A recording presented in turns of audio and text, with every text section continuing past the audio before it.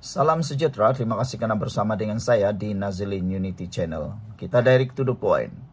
Case Zara makin lama makin tidak keruan. Mana kan tidak?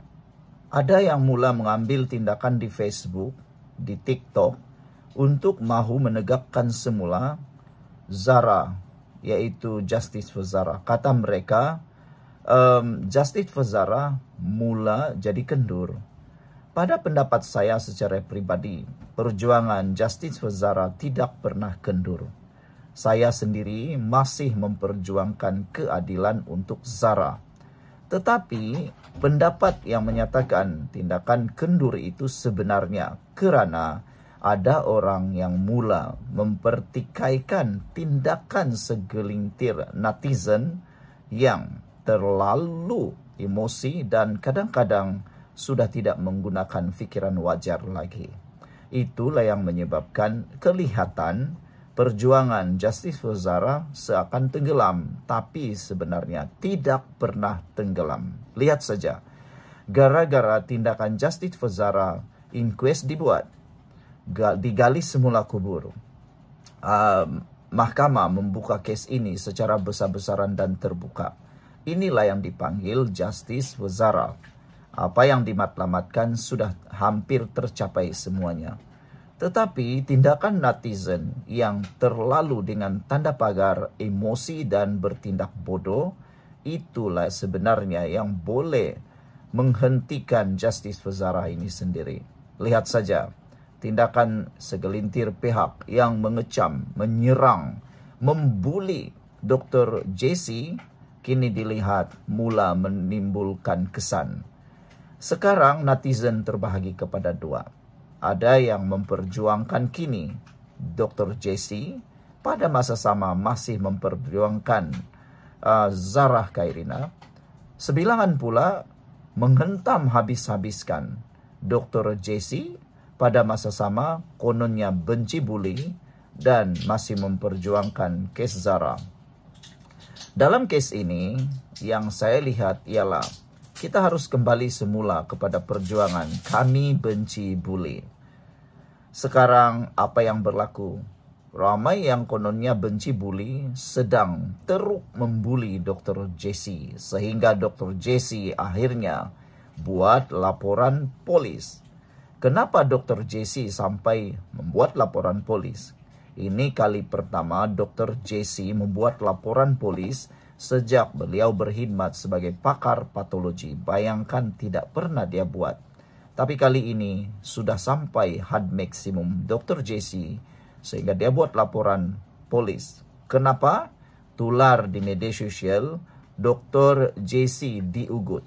Bayangkan ugutan itu sampai ugutan yang boleh menjejaskan keselamatan Dr. JC. Sungguh tidak boleh diterima akal. Saya sendiri tidak menyokong tindakan itu. Tindakan itu sudah tidak bermoral dan melampau. Boleh mengancam keselamatan Dr. JC. Sebelum kita teruskan ulasan ini, jangan lupa tinggalkan komen Anda dengan tanda pagar kami benci bully. Tapi sebelum itu izinkan dulu saya untuk berkongsi kepada Anda semua. Ini terapi imun Transfer Factor for Life. Terapi imun yang meningkatkan daya imun badan kita sehingga 400%. Secara umum dan ringkasnya, apabila imun badan kita lemah, apabila imun badan kita jadi bodoh, apabila imun badan kita tidak seimbang, kita kena penyakit dan tidak sembuh daripada semua jenis penyakit. Tetapi apabila terapi imun ini mengajar, mendidik dan menguatkan serta menyeimbangkan imun badan kita, kita jadi sembuh daripada semua jenis penyakit. Terapi imun ini mendidik, mengajar, menyeimbangkan imun badan kita. Lalu imun badan kita itulah yang menghapuskan akar penyakit yang ada dalam tubuh badan kita. Dengan dihapuskan akar penyakit itu, kita sembuh daripada penyakit. Cepat dapatkan produk yang hebat ini melalui nomor telepon saya yang tertera WhatsApp saya. Saudara, produk ini lulus KKM, halal, diperakui oleh dokter-dokter di seluruh dunia dan merupakan penemuan paling bersejarah dalam dunia kedokteran abad ini. Kalau Anda sudah berdoa bertahun-tahun untuk masalah kesehatan Anda, mungkin ini ialah jawaban kepada doa Anda selama ini yang Tuhan hantar. Cepat dapatkannya, jangan tangguh-tangguh. Kes Zara, diugut netizen, pakar patologi membuat laporan polis. Pakar patologi forensik Dr. Jesse Hugh yang baru-baru ini memberi keterangan dalam inkues kematian Zara Khairina Mahathir dilaporkan telah membuat laporan polis berhubung ugutan diterimanya di media sosial. Ketua Polis Daerah Kota Kinabalu, Kasim Muda, dipetik berita harian online mengesahkan perkara itu.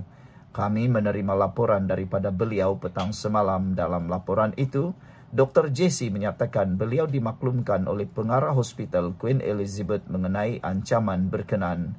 Bagaimanapun laporan itu menyebut Kasim tidak menghuraikan butiran lanjut mengenai aduan Hugh.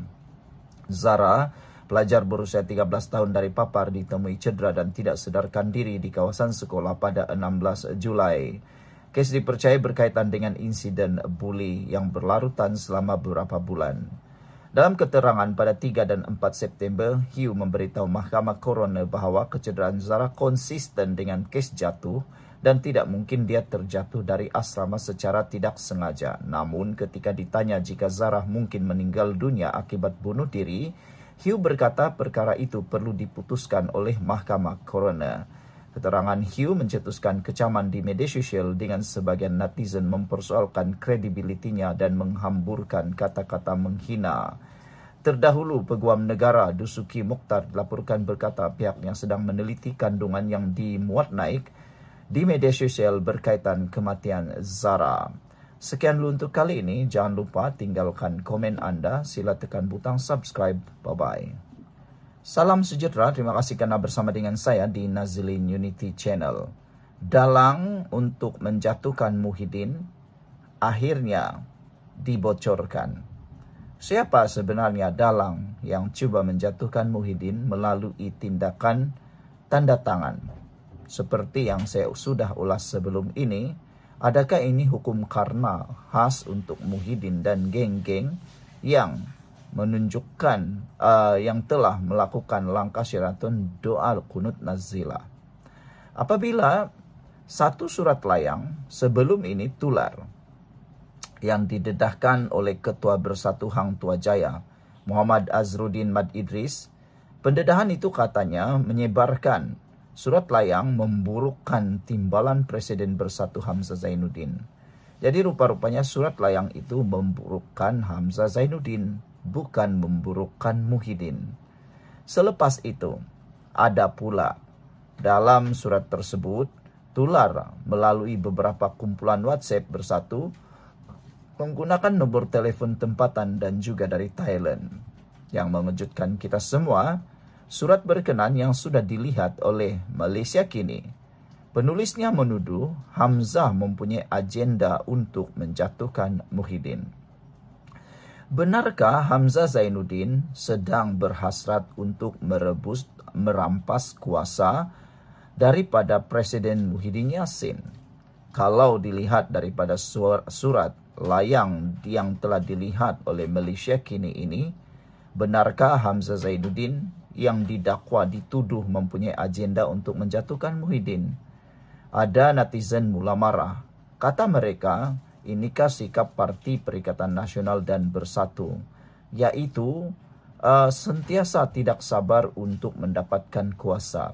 Bukan sekadar mahu jatuhkan Anwar Ibrahim melalui himpunan-himpunan tidak berguna, tetapi mereka juga melakukan cara yang sama terhadap Muhyiddin Yassin. Mereka mula bertanya, beginikah sikap mereka?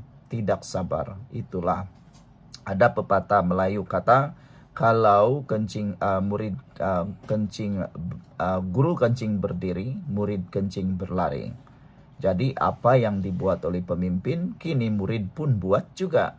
Lebih memalukan dalam Perhimpunan Agung tahunan lah pula. Sekecoh-kecohnya pemilihan parti PKR baru-baru ini, kecoh lagi Parti Bersatu kerana dalam pemilihan parti PKR tidaklah berlaku kekecohan direct ataupun serta-merta dalam himpunan. Yang ini bayangkan ketika Presiden berucap, kecoh pula yang berlaku. Jadi benarkah dalang yang mahu menjatuhkan Muhyiddin ialah Hamzah Zainuddin. Sebelum kita teruskan ulasan ini, jangan lupa tinggalkan komen Anda dengan tanda pagar Kami Sayang Malaysia. Sebelum itu, izinkan saya kongsikan dulu ini terapi imun Transfer Factor for Life, terapi imun yang meningkatkan daya imun badan kita sehingga 400%. Secara umum dan ringkasnya, apabila imun badan kita lemah, apabila imun badan kita jadi bodoh, apabila imun badan kita tidak lagi seimbang, kita kena penyakit dan tidak sembuh dari semua jenis penyakit. Apabila imun badan kita lemah, akar penyakit itu akan berkembang di dalam badan kita, lalu kita kena penyakit yang kronik.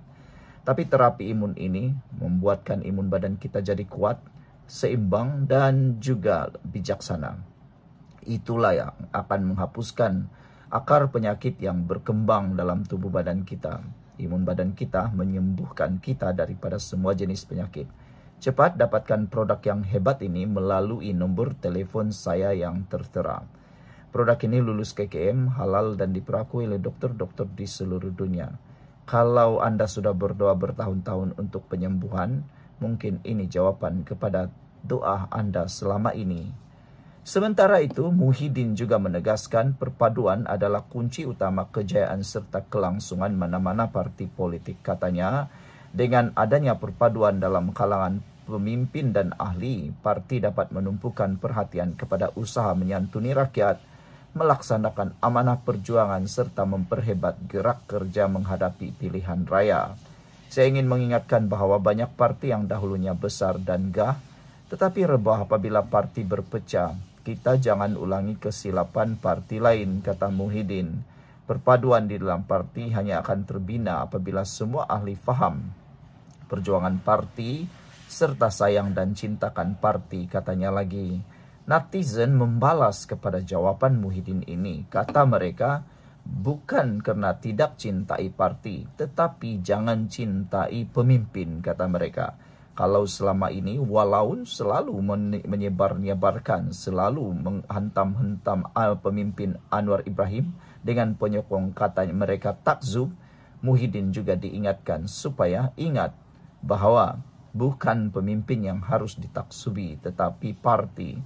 Mungkinkah yang melaungkan turun Muhyiddin, turun Tan Sri itu adalah orang-orang yang benar-benar cintai Parti Bersatu karena mereka dapat melihat Parti Bersatu lemah di bawah pimpinan Muhyiddin. Bukan mereka tidak sayang parti, tetapi mereka bukan pentaksub kepada Muhyiddin. Mungkinkah itu yang berlaku? Jadi, dalangnya, betulkah dalang kepada tindakan mahu jatuhkan Muhyiddin ini dilakukan oleh rakan baik Muhyiddin sendiri, yaitu Hamzah Zainuddin? Saya pun tidak pasti, tapi surat yang telah tular itu, yang telah dibaca oleh Malaysia Kini menunjukkan perkara tersebut. Sekian dulu untuk kali ini. Jangan lupa tinggalkan komen Anda. Bye-bye.